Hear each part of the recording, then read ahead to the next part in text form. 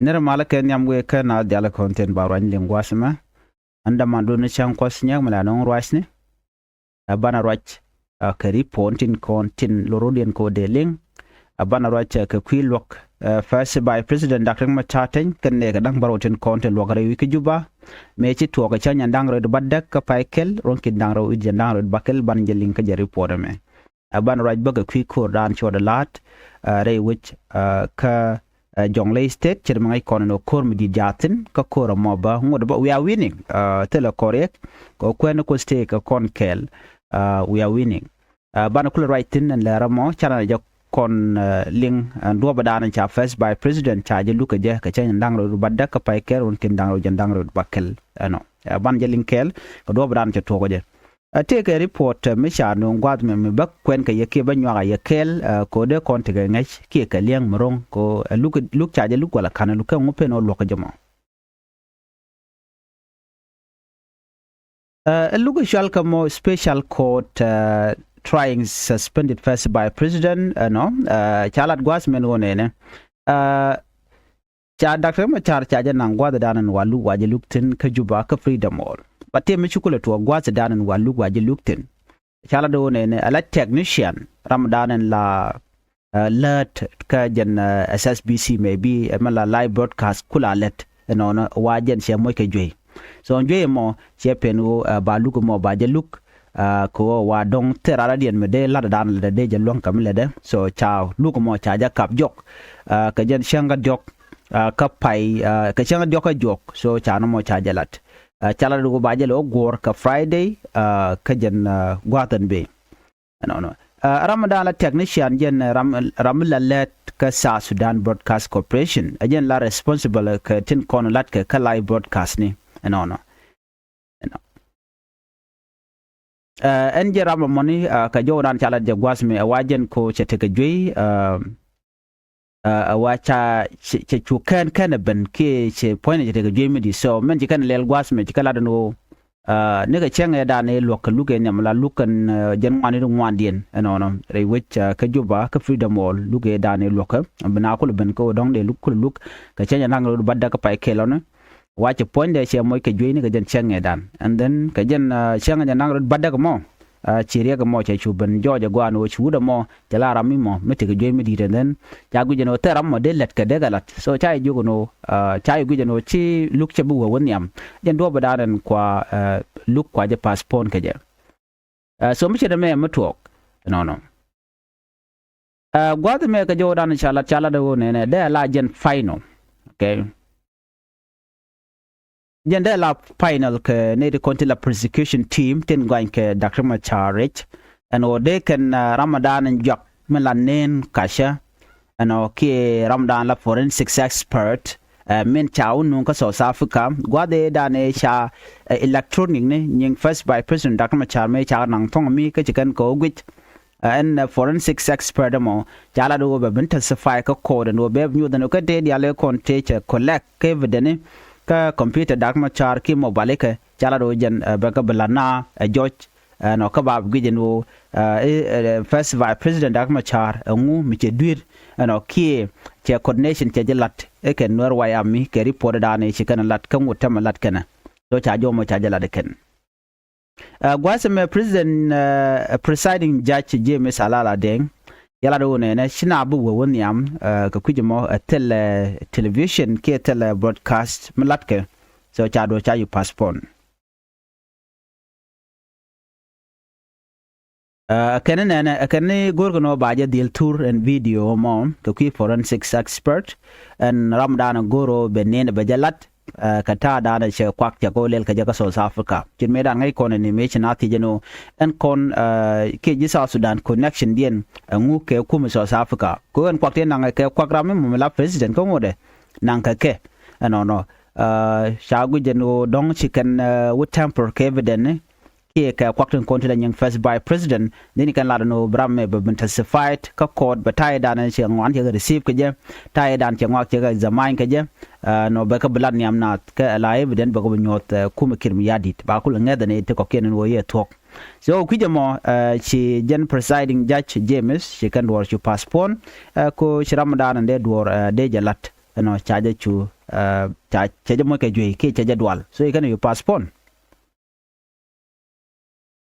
chala do ne dang bakel ka prosecution witness no wa ken yal ke din okay ne dang bakel ke din ne dang bakel te kon te lan nen ke members of South Sudan People Defense Force manan ngai kona ken ne dang bakel ti chiken ne ndien ka tai ran ko ri to go chiken lat no ne dang waro tin chirwach ka jodan chalat ne dang waro wa kan wanken kan kanyo na ta menyo da no ne ti kan wore te lado Canadian e dakrum chare ramimo michi involve ka tak e dane to kor keje no dang waro te kan yut ka kamera no ken lat kenen ka kedien cha wanken cha cha nemnen cha kum ke tel kamera mi nyot ke ko lat keje no gang kan tek dien ko cha ka bu gor ke cha famlen ken cha ka banga chere manan ji kan lat kan ne ti ne dang waro ti te high profile tigetin ne ti kwart dit telan wara ti tire kuma ka kirmi yadid ba kan tandien bane kaneten kontin be ne da which dong da la nasser ke dong da la gwazradien kan ne ti ke local leader ka gwazidan ke kana ne to gan yala wata ka part of ne the content going ke dak machar ko kan kaneten contentual kan wer wa kineten content chunkel ka SPLAIG KSPL in government so gane ti gane ko nan gwan ke dak machar ne dang waro kan wang den kananen ne dang bakel kan chi testify jojone ke chikan ne ndien kata dan ko ri to je kan la da joj ne am ne dial tele mo to kan bane dang waro ti chalel behind closed door lo cha gurno ba ka ngaje no kan ngani so cha jomo cha je kwen lo mi nyudo kan ne dialati wa chikan tok dio je chi don maybe ramkel dong jen dong de ne de blood la ram me ko la no ran forensics ki ramadan e shi ngwana wori ale ka South Africa mila South African ba shi ram me mala South Sudanese ngai kon di ale kan all the charges state are confessed by president and go ke China to dit no ka duire kon de chalat kan Nasser cha kwen we first by president ano dakma char na che ga jako na ke dakma char che kum kim yadi che de dun ke che de gol ke che de kanba de kolar no ke che de kaf kata danen men gwa nge je anyok cha gwa nyo je ne che David Majur dak ke jako ba je nak gwa de dane che ko che to kam de ne SSPDF kan Nuer wai am ti diale ya kwan wi de shirmana ngai kona ba dio je everybody family ke tin kon lat ke kim yadi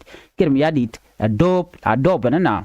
ko be tindi ala konen cha yar ba ko kwen we first by president Dr. Machar ke nyira ki ka logde ke Dr. Machar Dr. Machar ko general me momela leader ko kuma SPLIO no gor kana longo de kana gwan tindi ala ti gor kana de kan kalat so na me amlat ke kuma kirmi yadid gwaza me Dr. Machar ne ko gwaze da ne ci korme je to gaje chwaje yen ga chen na ro bakkel ka pay jok no chwaje chu detain dore dan ka kore me ci pel dang bakkel ci go tok me cha yen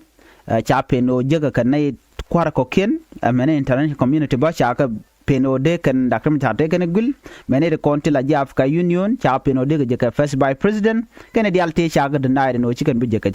so bo me ci Africa Union ke international community kan dial jaga jako cha ga bunga de no nen di nen kashka ko lat ken te mal bu ken no so Sudan ba tele mal bi ken no gwad mene so are lo ga me tinakulo tinen gwad prosecution team taken ke 13 lawyers tik ne to contin la nen gwad da ne chukur me che tuong me cha kwanya la jashni ne de tiek ne de tin kan 13 lawyer to kanetin contin la nen ramanya me counsel general de ngashwe la dija Dr. Sabiri Wani Lado Karamshale Safarino Simon kanen wan ko kente dong chende luang kam dong kwana ka gwasame ka defense team Dr. Machar atine to wan ba tigetin kane de ti kaneten content kwa Dr. Machar kwa ka de kwa je defend no kanne ga dang baro ne dang bakel ka lawyer so de different de nen kirte ka ne dang wal jok la lawyer Dr. Machar te ka ne dang bakel karodin la sig lawyer te Dr. Gary Raimondo Tetin te kurwal ku Tetin te Anis Tombe Agostino Tetin te Deng John Deng Tetin ti wer nyang kir wer nyang teten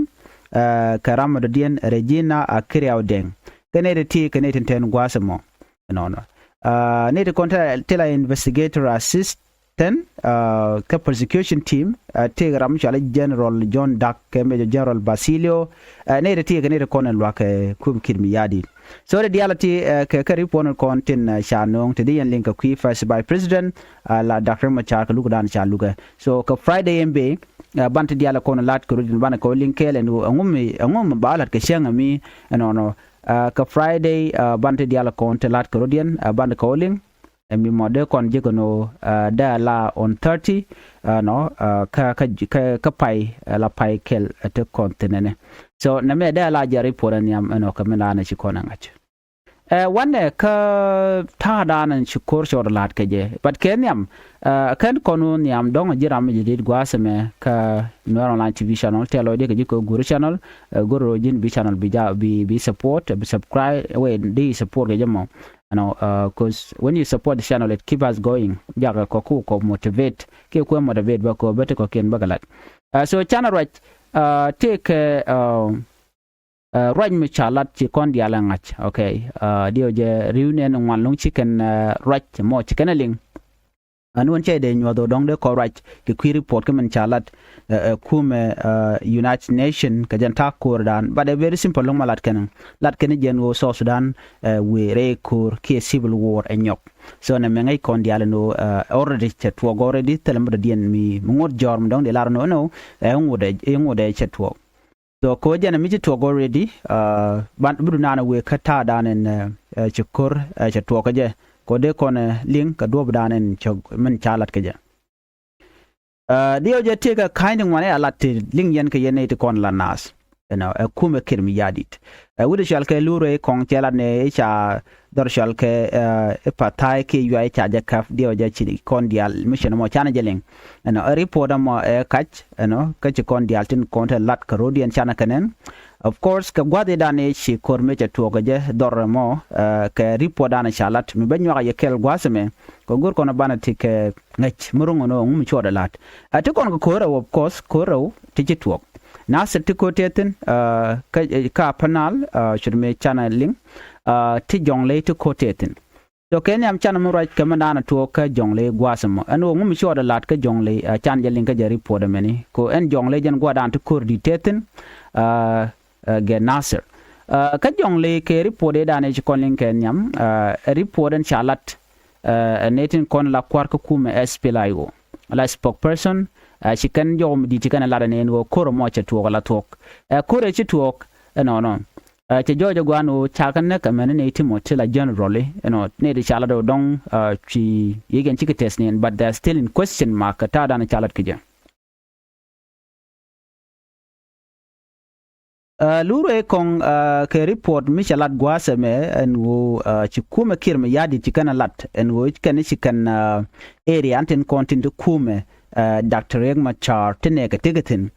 chikala do ne chika uror county darshal uror county ko la regen diden chal ke ui chikana kap no mone ka gor jeno biaje lin ka lode ui kana kap ui tetet ka kuma SPLA ayo tele ui mi chakap batini ngwan chila no sha ui cha ja kap tet ka SPLA mayo kenyam ala gwade da ne chala da netin kontin la GSPLA yo ka jode men chala da kan dor shal ka patai payam ano cha kume kirm yadi cha jako were kume kirm yadi cha jako were and then cha kulu nyokam ngak gerejo shirmen chanen joje sha tur yanen gwami mo chikan dul kan ka wang kit ko do reda ne cha top wude shal ka me Johnson lun so Johnson ne charaje no chwa te garam bia spare chwa te garam bia pel era mu yen jego mo mi lanur ki me dong me la diet ki dit no chikala no chwara japel na mo report mi chikona nen ka shewe ka national level lo chaling already in ideal manik ponya kum kim yadid bo ramdan la spokesperson aten wega aten jawla no we are distancing ourselves from what General Johnson ulun stated ano ite ramne pel no chikan la no chicken met kaja ban ngai kon diale any military commander michel jom china mo che top la ne kala kana gur enyo ngai kon diale bo kon were no cheng chikan lat Ki chankan kan lat bo it can happen all the time milet kana. Ka jodan chalat gwasame wachi kume SPDF michika wage kan gwinya no chika wuchi gana ka, but that was not the end. Ka kore chukume SPLIU ka joirar chaka ka mechungwan ka chaka kebna ka jodan e shaling ne diok chaka kef ka Canadian County la ne kume man kule la wasting along ka kon were ne kon nyin ka kon gwasame kan were kon ka wunin nuare dien nuare tandien kan were ditla general michala do nore kurdana ci tuok tandien wa diego jeno shikabat but neme an confirm report ano wudi chale makal ki okay donc chirme jen jawre jen shude so chala do jen dongu ke jen o shabat ki ko gwada dana tetin wa is missing report mo an confirm report but edh kume SPDF pinker mi yadim cha jogo no jin wo don wore wonang nuore nag neko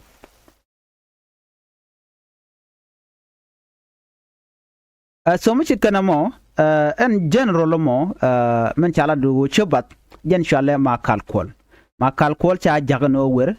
gwada dan ente Nathan Contila ji as PLA ticketing we are joja ka all the controlled area tiji kan ka kap wa makal kwal che jien kan ne ka ko kien chika we kan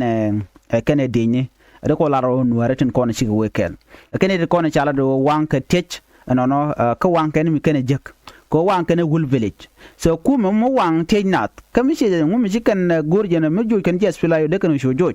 bat ka kore cha ko joje jen mukula te ko ntama ko ga gwada dana te makal quality a very sad along to me and wodong nuada dien ba shia man ba ko nak no ka jeno general kwale jogo no nak shia more ke ba jo nak ko na irun in the end of the day bala we lose ka kon were ene general nuar na momi ba ye de badare kur la roda ntama e lose ka kon tele wen yaten ka jangbu we no ko be kan ngaje no we are reducing general kon were so malare ga longo dong jin waram baji jak wonang ne kun chene kon lan were ko social media kan were kon tekel ga kirmi yadi tin kwala moy ke yo no we are la de win were so la lo nuar lan si gwat kur me dong de ran de winten ngai kon doran kon were la rana gujino dong de kef but na mo che dem len me dong so mo yos kan wori kir kachin were chikan binin. What do you think will happen? So right now, nuka kore dana chu toka pa jutchen were wan chekarior ko kum kirmi yadi ne te kono nonka win te kokien. Atin chunkel ke kum kirmi yadi kakan were jogen wo wer nyo de langdu ko bai moy ka kom don bai kwan la kwer ke baji promote barang du baji rep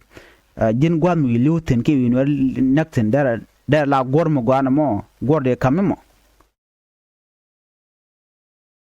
So mishit kana moni jeka long chagula do ne na gwasme kari ponto wan ane kono lan were wa yen bul ko ala bul Nuer community wa general kun mu wa ka tu kor re lo kana mo ta ka kuli jogo no bela no Judicial ka me lu rei rei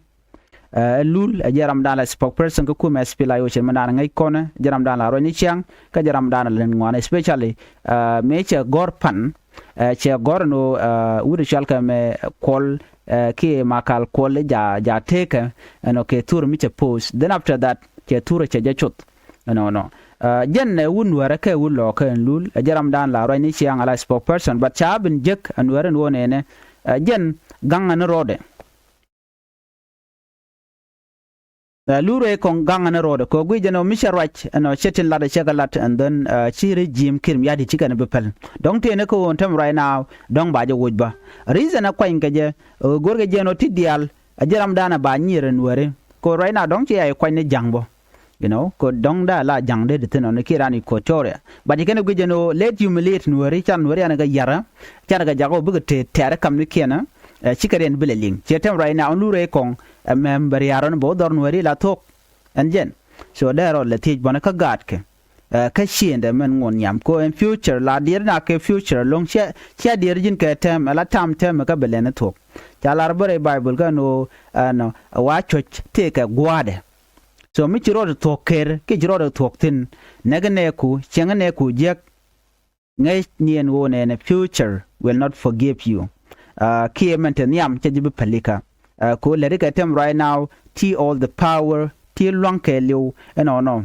ton rodo tin ke yiku dial negane ku no gor ne duon mu bene ku bloidien be jek chit keri pon kon la lat ko online la le du ngala loidien la jek lo mu jala ro cha don wer cha ja wang ke cha ja de ko te kon kan wer te ta genesas so re dan jene kon wer ramu mo len mi jek kon wer chi kona gu jeno ramu mo ramu jek so der ku lo gwade ramu let mi chiro de lot no kabba kan run ci kona bitich kaman jega dana chalat. I was asking, there's one of the song miche twarka gwase dan. I was asking Nuer kamen dong mekeneling is on social media jaka YouTube. Jen lada jena tieja kon. Bana ka palika nu. Kene de kona naka Nuere sianga dan wuri dial wuka go. Na mo din me kare ka gwam miche chi tam miche. Ko kon chine bi ying ne tamano baga chungan wer chungne kelo wan ga gwase dan mela dit ko la ka linga dong de ko jek so question on na bana ga pelika nu kan wari ne de naka kon wanka gat kon kan wari tine ten ko na cholan wer wo na mo jaslo an jilong right now min wan ku karu de repeat nyok ka te ga ne dan gwade dan cha ga pelika nyok right now they repeat the same thing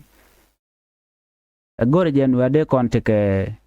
duob me gur kon yin kon kaje ko ram mo ci kon la de jek what do you think de let kaje de pelika yes pelika teten number 1 kan wore ingi gat je jek mo ka gula chal keno gat mi yem ki gat mi dar dio je ngay kon ka bible ja kon jogono te ka gat mi ci gujano ca gwan jogono gwadin kam ne ko ka dial ano kwida ke lo kam ne no den chu gwana jo telere cho kam kwa ka dial cho jien cho nyang dial chu ganang cho no wido dien me che kwa ka dial che ko rior ngare ke men ngare ke gwar telme pelle me che kwa ka dial chi tuk me che ro ja ko let then after that cho mine ka tin kon shal ke kon dore kel so anga da mo me che tin chuje ngai kon dial ne me store ne me che ro da yar ka ti dial me che kutel duor mate tirga de changa kel ko nyoga char yo na gwase me tel kon mi chama gwada dana toje tin gwad mi jiak ngum belel cho char one na kama ta ka gwar mo nokamo o gwar kane joleka en joleka mo ande belel la kwany gwada mene kane ko ken lo belel la kwany ka ta dor gwar mi tika kwak diel yo charo na balo jogbo we ka gwar ba gwar ba jaw lang ba jogo gwadin tedwer nyam konyal amene nyamdu pele yaka dore da mo chojari alaka mene me che jen bende anguda nan me che gwananen wache gwan che bini to go chagari alaka che teli yada ke nyang yen to go chagari alaka